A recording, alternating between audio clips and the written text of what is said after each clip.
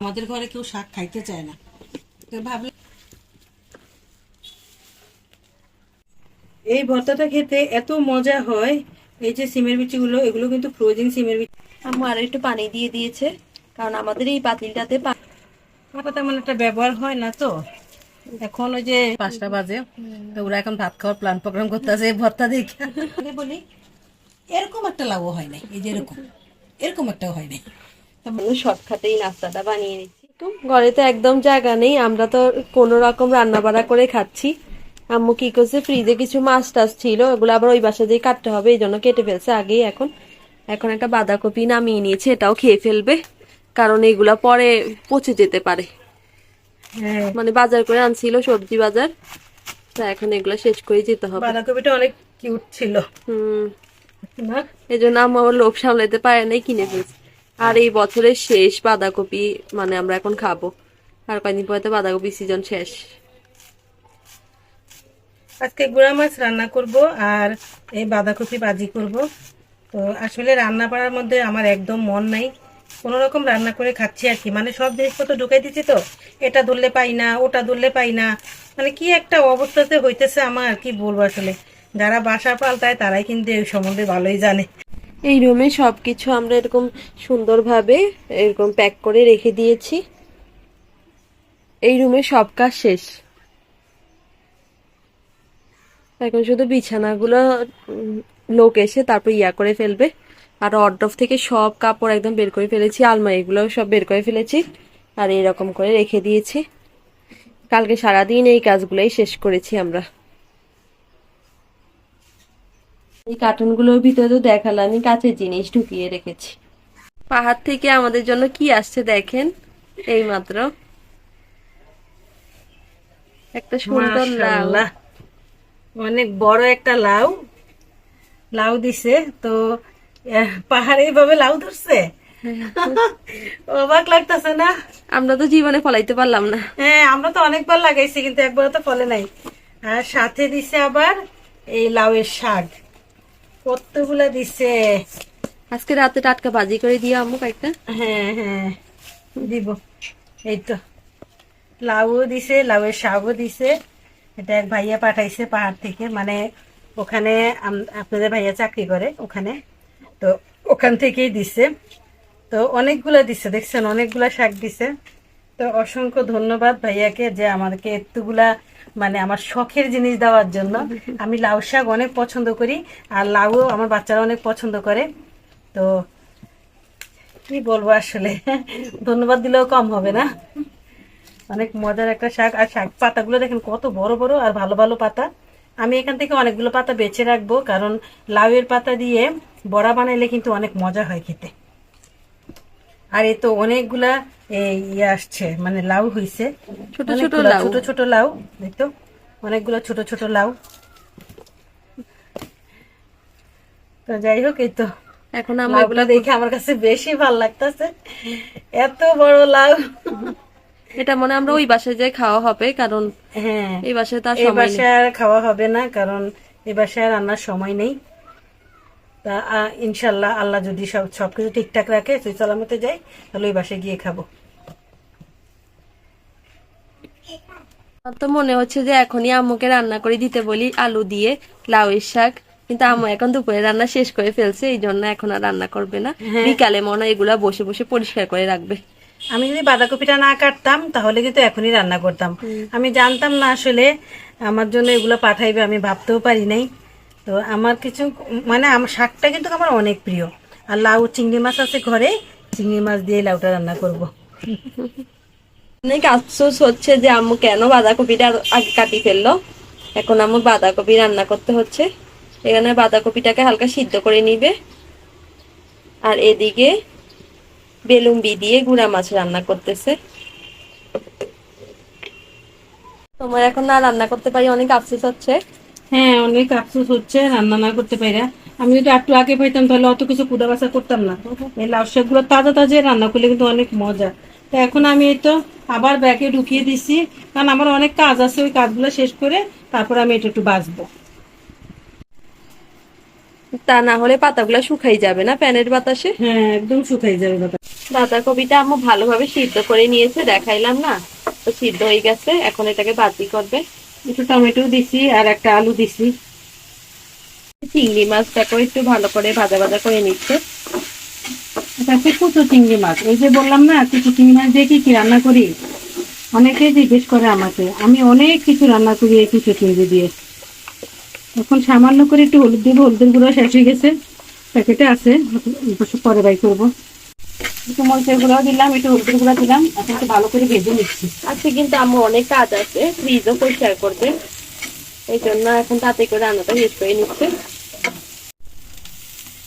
দিয়ে দিচ্ছি এখন বাঁধাকপি গুলো। কুচো চিংড়ি মাছ দিয়ে এইভাবে যদি বাঁধাকপি ভাজি করেন দেখবেন কত মজা হয়। আমি আজকে পুরোটাই নিয়ে নিচ্ছি, কারণ আমার বাচ্চারা ভাজি খেতে অনেক পছন্দ করে। এখন তো লাস্টে আমার অসুবিধা হয়ে যাবে। খাওয়া দাওয়া শেষ, এখন আম্মু এগুলা মানে করার জন্য বসে গেছে, কাটার জন্য।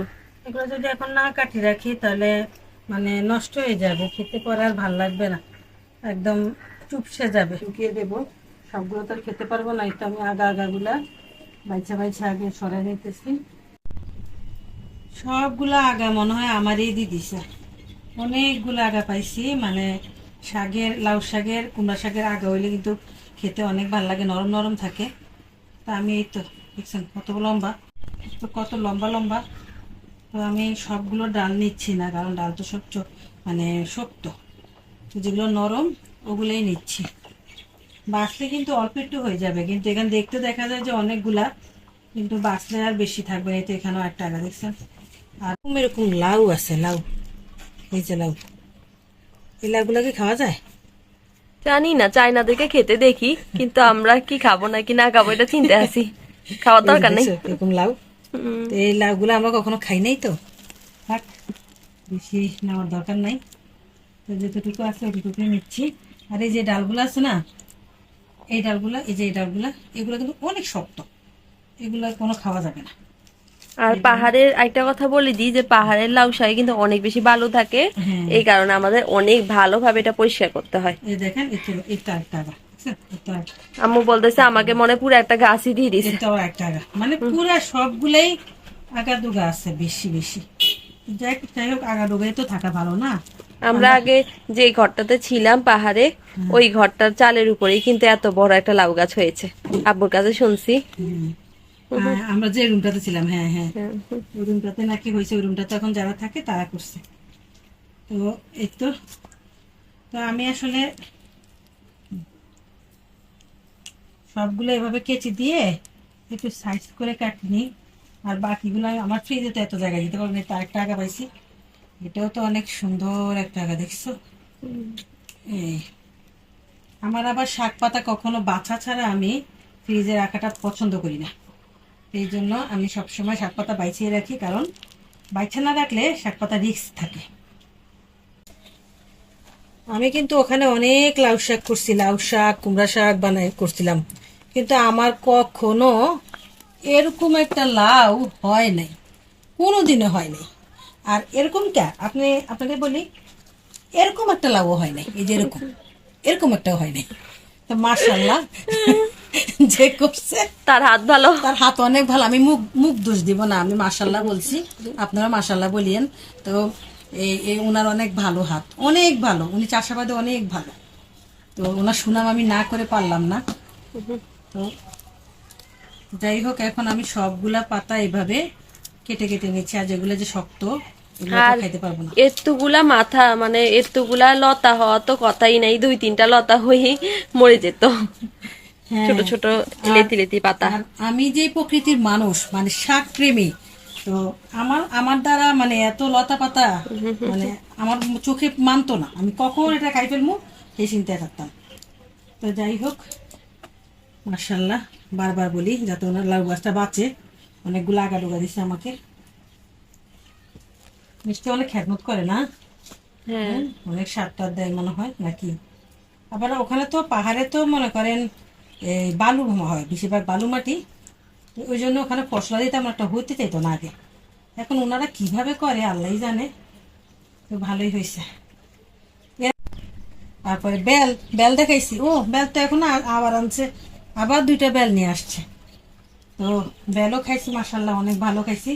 বেল গাছটা অনেক পুরানো, অনেক পুরানো, এখনো ধরে, প্রচুর বেল ধরে। এখান থেকে কিছু শাক আমি আজকে ভাজি করব, আর বাকিটা আমি তুলে রাখবো, জানি না কোন দিন কি দিয়ে রান্না করি। যখনই রান্না করি তখনই আপনাদের সাথে শেয়ার করব। আর কিছু লাউ পাতা, এরকম বড় বড় লাউ পাতা দেখে দেখে, ভালো দেখে দেখে রাখবো লাউ লাউ পাতার বড়া বানানোর জন্য। চিংড়ি মাছ দিয়ে বানাবো, কুচো চিংড়ি মাছ দিয়ে।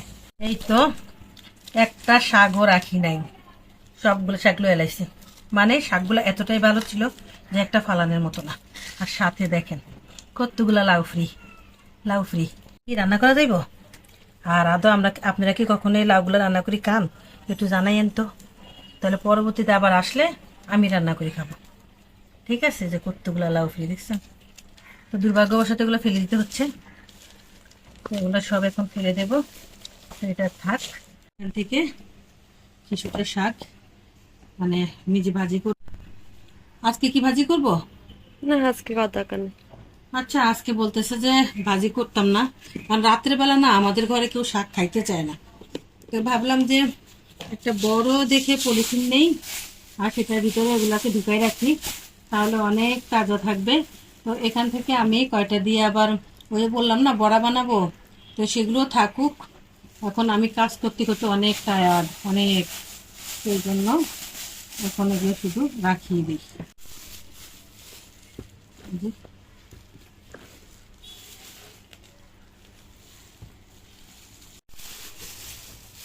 এভাবে রেখে দিচ্ছি।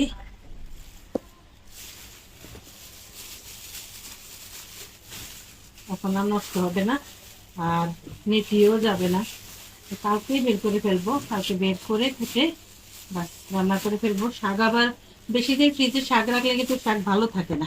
কতগুলা শাক ছিল, এখন কত কমে গেছে, মাত্র 1 পলিথিন হইছে। হ্যাঁ, এই যে এই ব্যাগটার 1 ব্যাগ ছিল, হুম। আর এখন মাত্র এইটুকু হয়েছে। তো আমি শাক সবই ঠিক আছে, তবে ডাটাগুলো ফেলে দিচ্ছি আর কি। ছোট ছোট ডাটাগুলো তো খাইতেই পারবো না, এটা রাইখা লাভ কি, ফ্রিজে জায়গা থাকবে না, ওই জন্য একটু। আম্মু বলে যে তোমার আব্বু তো আগে নিয়ে আসতে পারতো, কিন্তু রিজিকে যখন যেটা থাকে সেটা তখনই আসে। হ্যাঁ, আমাদের এখানে কোনো মাঝে হাত মাঝে নেই। আমরা এটা ভুলি যাই আর কি। কারণ আমরা পরশুকাল বাসা ছেড়ে চলে যাব, তাই আম্মু কখন এগুলা রান্না করে শেষ করবে এটা চিন্তা করতেছে। হ্যাঁ, কারণ লাউটাও বুড়া হয়ে যাবে, শাকগুলা নষ্ট হয়ে যাবে যদি না রান্না করি। তা আমি ভাবতেছি যে আমরা কালকে লাউটা রান্না করে ফেলবো। ঘরে চিংড়ি, ছোট চিংড়ি মাছ, বড় চিংড়ি মাছ দুটোটাই আছে। তো ওগুলা দিয়ে কালকে লাউটা রান্না করে ফেলবো, আর লাউ শাকগুলো ভাজি করে ফেলবো। তাহলে নষ্ট হবে না, কারণ এগুলো যদি থাকে তাহলে বাসা থেকে যাওয়া পর্যন্ত আমারও টেনশন থাকবে, তিশারও টেনশন থাকবে। আমার চাইতে ওর বেশি টেনশন থাকবে যে আম্মু তরকারিগুলো নষ্ট হয়ে যাচ্ছে, আম্মু এগুলো খাইবা না, কি করবা। এই শুধু আমাকে সারাক্ষণ এটা নিয়ে জ্বালাইবো। তার চেয়ে বরং কালকে রান্না করিয়ে ফেলি, পেটে চলে যাক, সেটাই ভালো। হ্যাঁ, আজকে আম্মু কুমড়া পাতা দিয়ে একটা মজার ভর্তা বানাচ্ছে। লাউ পাতা, লাউ পাতাটাই তো কিছুক্ষণ আগে পরিষ্কার করলা না? হ্যাঁ হ্যাঁ, লাউ পাতা। হ্যাঁ, ওই কিছুক্ষণ আগে পরিষ্কার করলো যে, ওটাই এখন আম্মু আর মানতে পারতেছে না। আম্মু একটু ভর্তা খাইতে মন চাচ্ছে, এই জন্য ভর্তা বসিয়ে দিল সিমের বিচি দিয়ে। এই ভর্তাটা খেতে এত মজা হয়। এই যে সিমের বিচিগুলো, এগুলো কিন্তু ফ্রোজেন সিমের বিচি নিয়েছি আমি, আর পেঁয়াজ, কাঁচামরিচ, তারপরে এই যে রসুন আর লাউ পাতা, এগুলো সবগুলো মিলিয়ে একটা ভর্তা তৈরি করবো আজকে। এরকম আম্মু ঢাকনা দিয়ে রেখে দিবে সিদ্ধ হওয়ার জন্য, সিদ্ধ হওয়ার পরে ভর্তা বানাবে। আম্মু আর একটু পানি দিয়ে দিয়েছে, কারণ আমাদের এই পাতিলটাতে পানি তাড়াতাড়ি শুকিয়ে যায়, অনেক দ্রুত শুকিয়ে যায়। আর এর যে পাতিলটা ছিল ওটা তুলে ফেলছি। হ্যাঁ। এমন একটা অবস্থা হয়েছে, আমরা অনেক কিছু দিয়ে মানে জিনিসপত্র রান্না বান্না করি, যে ওগুলো সব তুলে ফেলছি। এখন খুব কষ্ট হচ্ছে, মানে কি ধরতে গেলেই কিছু পাই না। 50% সিদ্ধ হয়ে গেছে। আর এই দেখেন আম্মু একটা সাথে একটা লেগে গিয়েছিল, এই জন্য ছুটি দেওয়ার চেষ্টা করতেছে। আমি নিজে লাগাই দিছিলাম, বেশি পন্ডিতি করতাম তাই এখন বেশি লাগিয়ে গেছে। এখন দিয়ে দিব লবণ আর শুকনো মরিচ। এতক্ষণ আম্মু এটাতে ভরে ভরে পানি দিছে, এখন পানি শুকানোর জন্য আবার অপেক্ষা করতেছে, মানে পানি শুকানোর পরে তেল দিবে এই জন্য। আমি তো ভাবছি পাতা বেশি নিয়ে ফেলছি, কিন্তু এখন আমার পাতা তো একদম কম হয়ে গেছে।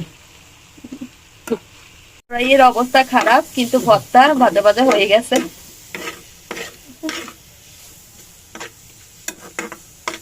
এখন এটাকে একটু ঠান্ডা করব, তারপর পাটায় বাটবো। আম্মু এই প্রথম পাটাই বেটে ভর্তা বানাচ্ছে। আপনাদের সাথে হয়তো এই প্রথমবারই আমি দেখাচ্ছি, কারণ আর আমাদের পাটাটা এমন জায়গায় রাখছি যেখান থেকে বের করা অনেক মুশকিল ছিল। এখন ঘর লাড়া দেওয়ার কারণে পাটাটাকে বের করছি। পাটা তেমন একটা ব্যবহার হয় না তো। এখন ওই যে পিছুনি আছে, তারপরে হাম্বল দিস্তা আছে, আবার ব্লান্ডার আছে, তখন এই জন্য পাটার ব্যবহার একদম কমে গেছে। আম্মুর পাটাটা আগে যখন খুঁটছিল, মানে ধার করাই ছিল, ওটা কমে গেছে, এই জন্য অনেক কষ্ট করে বাটতে হয়।